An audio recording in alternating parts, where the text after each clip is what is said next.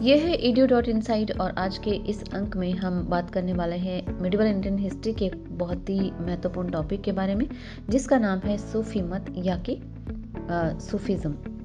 मध्यकाल भारत में सूफी मत एक प्रभावशाली आंदोलन के रूप में उभरा था। यद्यपि सूफी मत इस्लाम से ही संबंधित था, किंतु ये इस्लाम में आई कट्टरता के विरुद्ध था।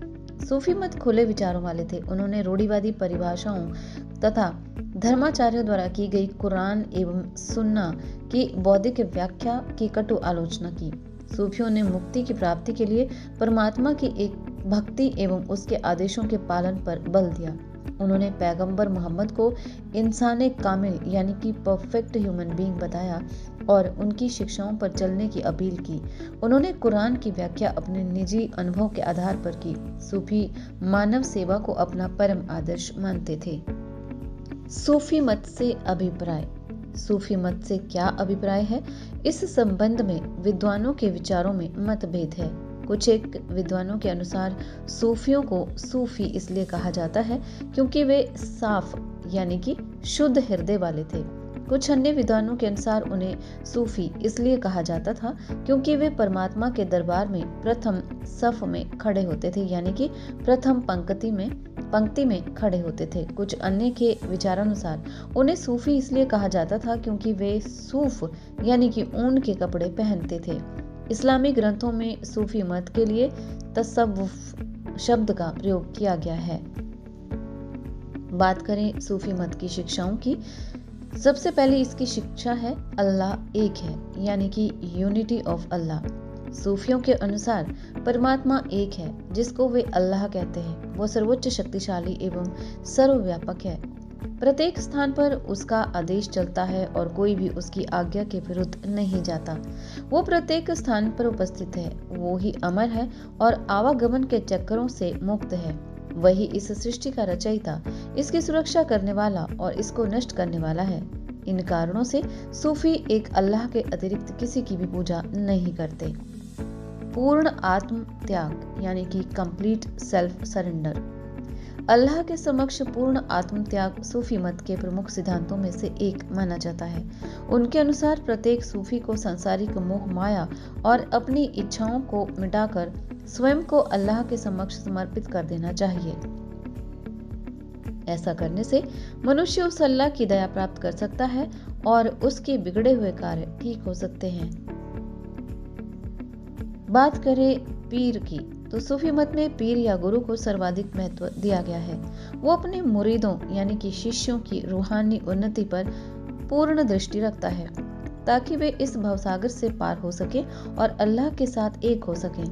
एक सच्चा पीर जो स्वयं सांसारिक लगाव से दूर और जिसने रूहानी ज्ञान प्राप्त कर लिया हो ही अपने शिष्यों को अंधकार से ज्योति की ओर ले जा सकता है। बात करें वर्शिप या इबादत की, तो सूफी अल्लाह की इबादत या पूजा पर बहुत जोर देते हैं। उनके अनुसार मात्र अल्लाह की इबादत करने से ही मनुष्य इस संसार से मुक्ति प्राप्त कर सकता है।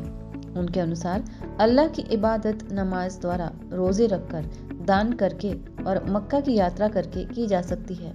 मनुष्य को शुद्ध हृदय से अल्लाह की इबादत करनी चाहिए।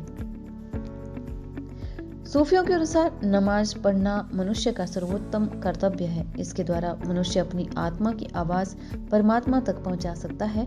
ऐसी नमाज सच्चे हृदय से पढ़ी जानी चाहिए।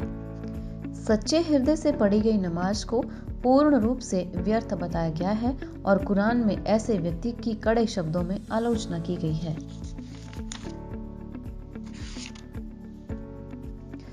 अशुद्ध हृदय से पढ़ी गई नमाज को पूर्ण रूप से व्यर्थ बताया गया है और कुरान में ऐसे व्यक्ति की कड़े शब्दों में आलोचना की गई है। रोजे रखना। सूफी रोजे रखने में विश्वास रखते थे। ऐसा करने वाले व्यक्ति की आत्मा शुद्ध होती है। रोजा रखने से अभिप्राय मात्र खाने पीने की वस्तुओं से परहेज करने को ही नहीं, बल्कि प्रत्येक प्रकार की बुराइयों से दूर रहने के लिए कहा गया है।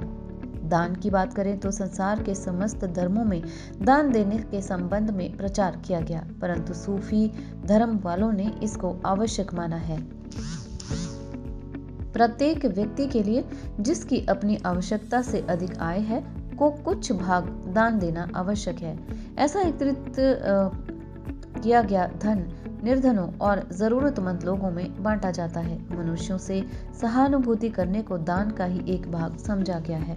कुरान में निर्धनों की सेवा करने तथा गुलामों को आजाद करने को बहुत अच्छा बताया गया है।